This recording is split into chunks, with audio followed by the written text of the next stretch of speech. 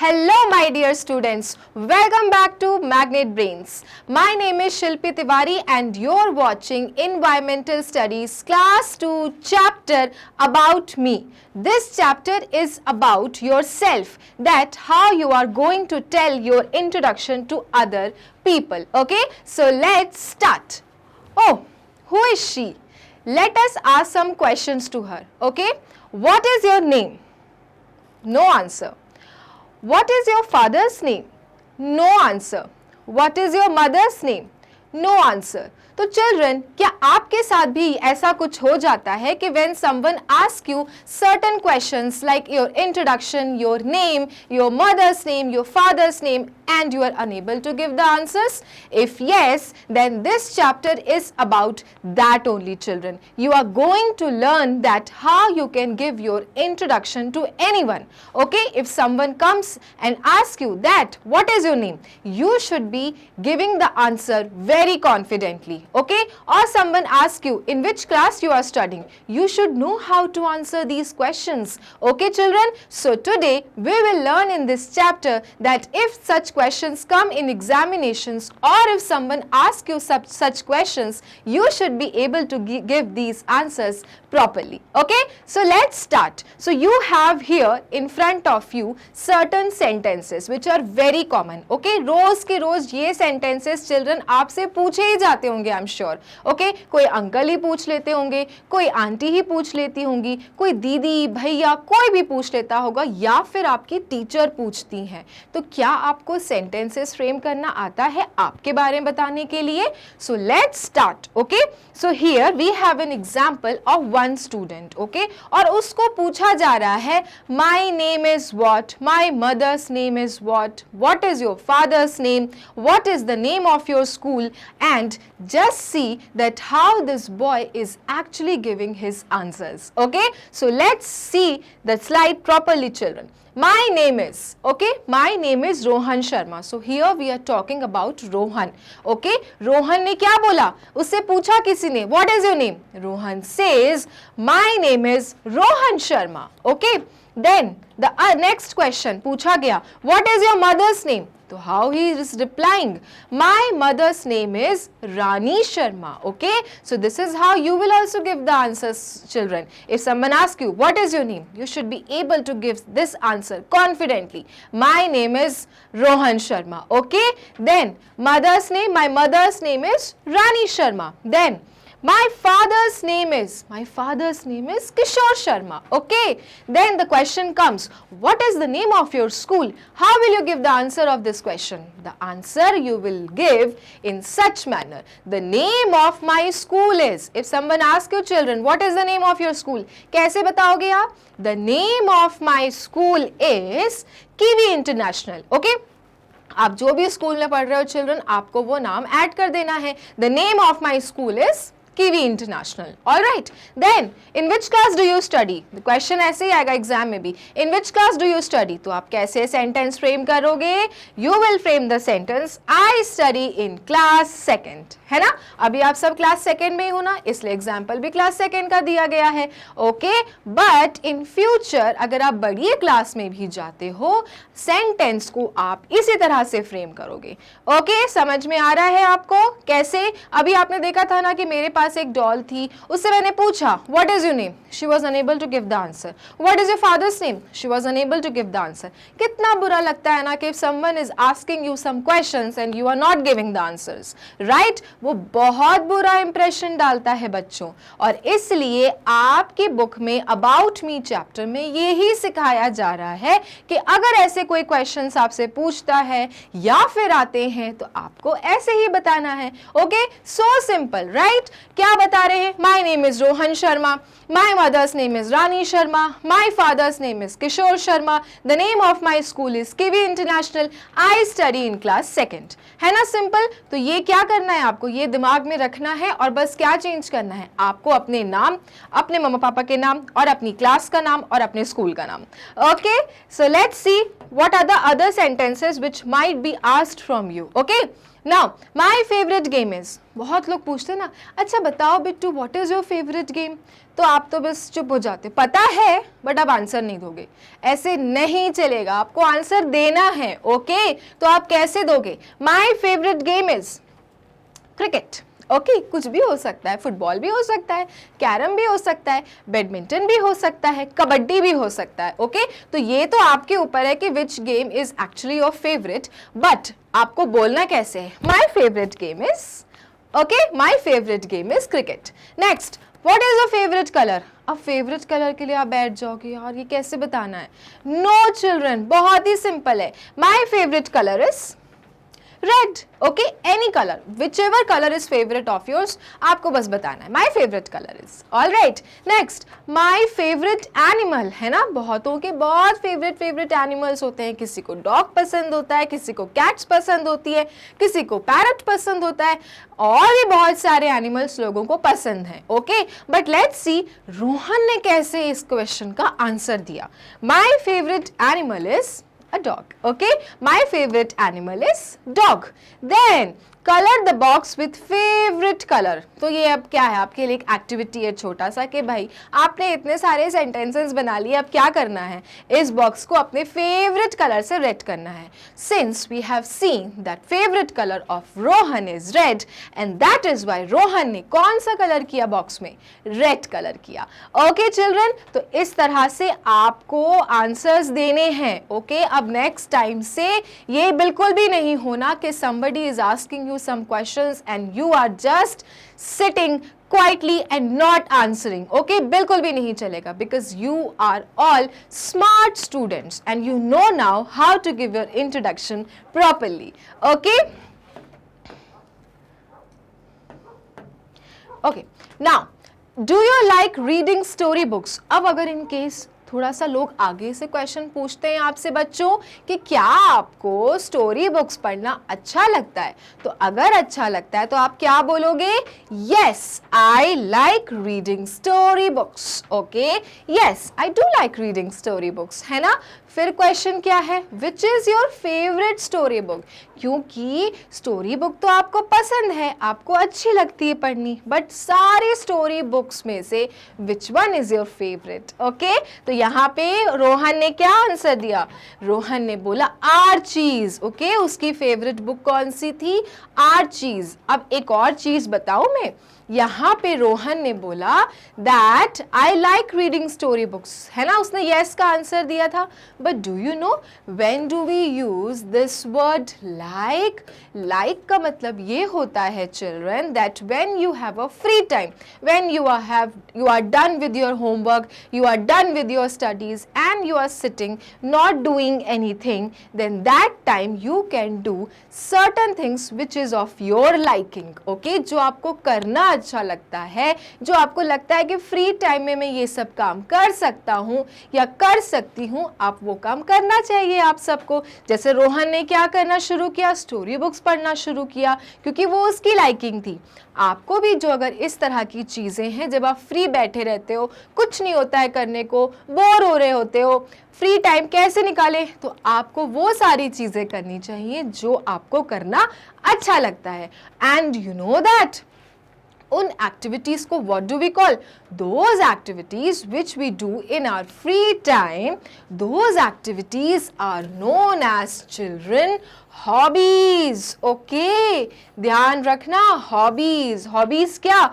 किसी किसी को डांस करना अच्छा लगता है, किसी किसी को गाना गाना अच्छा लगता है, किसी किसी को स्केटिंग करनी अच्छी लगती है, किसी को क्रिकेट खेलना बहुत अच्छा लगता है। ये सब क्या है चिल्ड्रन? ये सब बच्चों की हॉबीज होती है। So hobbies are those activities which we do in our free time. जब हम फ्री होते हैं, हमारा सारा काम खत्म हो गया होता है और हमें कुछ अच्छा करना है हमारी हैप्पीनेस के लिए, तो वो सारी एक्टिविटीज़ हम करते हैं और उनको हमने क्या नाम दिया है?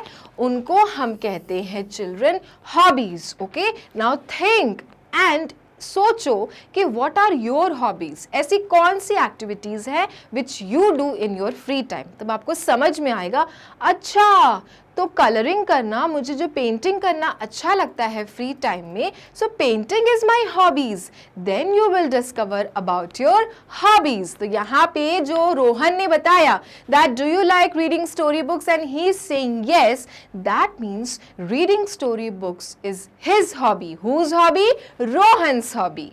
ओके,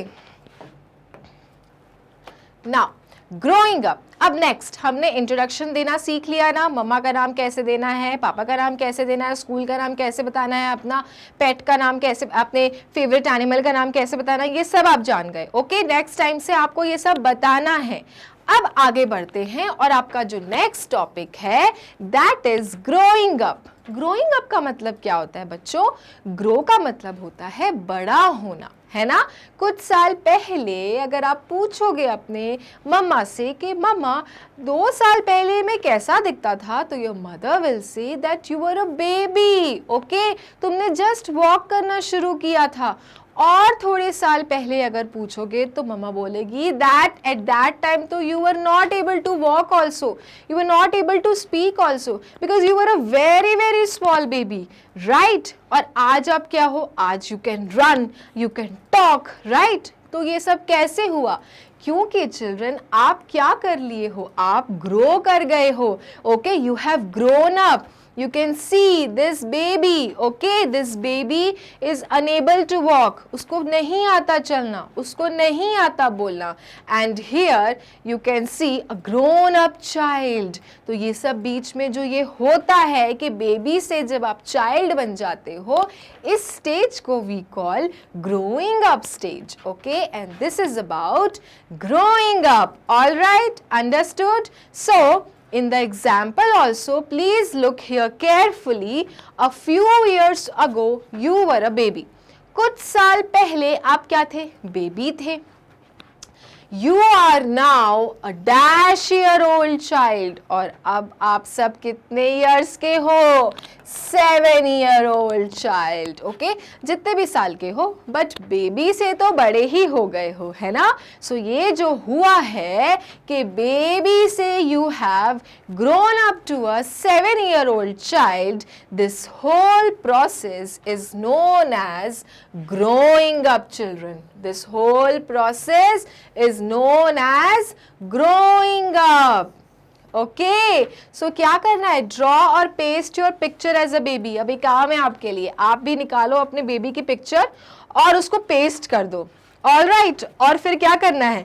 Draw और paste a picture of you now.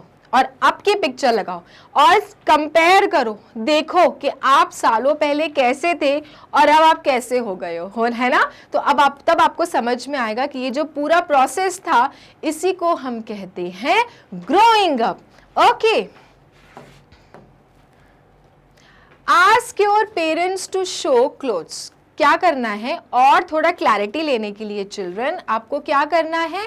Ask your parents to show clothes you wore when you were a baby. जो आप पहनते थे जब आप छोटे बच्चे थे। ध्यान से सुनना, अपने पेरेंट्स से आपको वो कपड़े मंगाने हैं जो आप पहना करते थे when you were a baby.